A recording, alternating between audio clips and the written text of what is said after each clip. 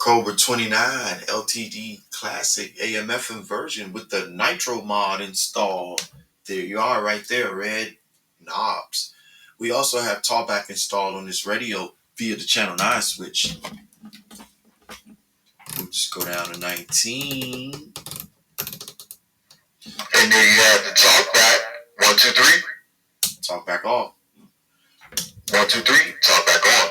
We do have a spectral analyzer running that shows us right here on our channel. That interference right there is my computer, but that's our signal. We also have no limiters cut out on this radio. We have clean modulation. We'll do a power test later on in the video. Now, this switch here, CBPA, is no longer CBPA. That's actually your AD203 amplifier turn on switch. When that switch is activated on CB, this red illumination indicates that the amplifier is on. When that switch is off, normal Cobra. On, off. There you go. Let me show you the echo. 1, 2, 3. 1, 2, 3. 1, 2, 3. 1, 2, 3. We do have a listening radio on channel 40. 1, 2, 3.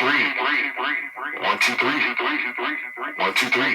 It'd be crazy with this echo. Crazy with the echo. 1, 2, 3.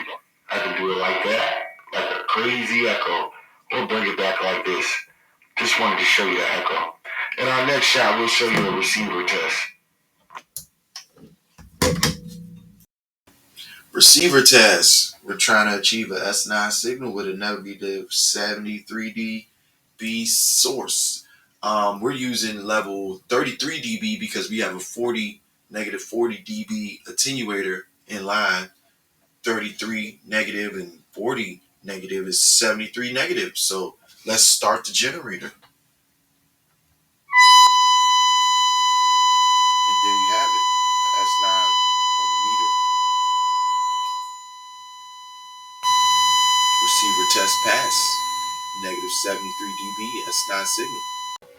Here I just wanted to show you the underside of the radio where the new engineered speaker was in, the 50 millimeter speaker in place of the factory speaker, because the amplifier AD203 board goes here.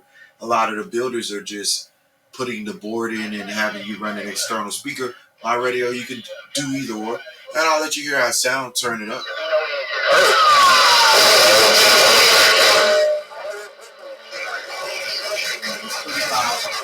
And we also had the talkback coming out. 1, 2, 1, 2, 1, 2. Just want to give you a shot at the very back of the radio as well while we're on the same clip.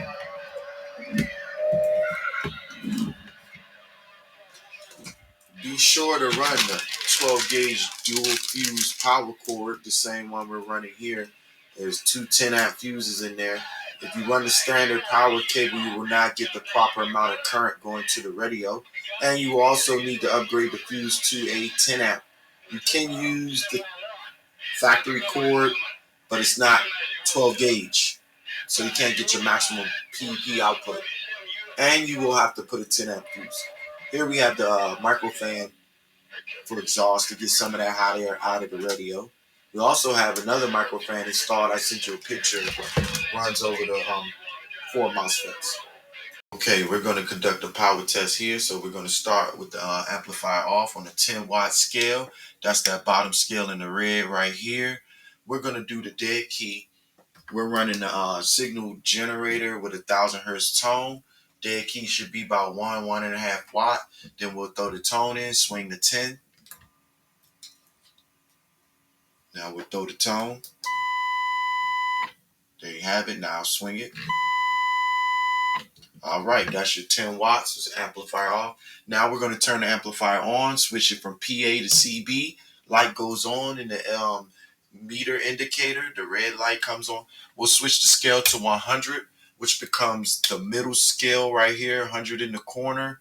See it over there in the corner. So we're just going to bump it. We're not dead key. Do it again. And again.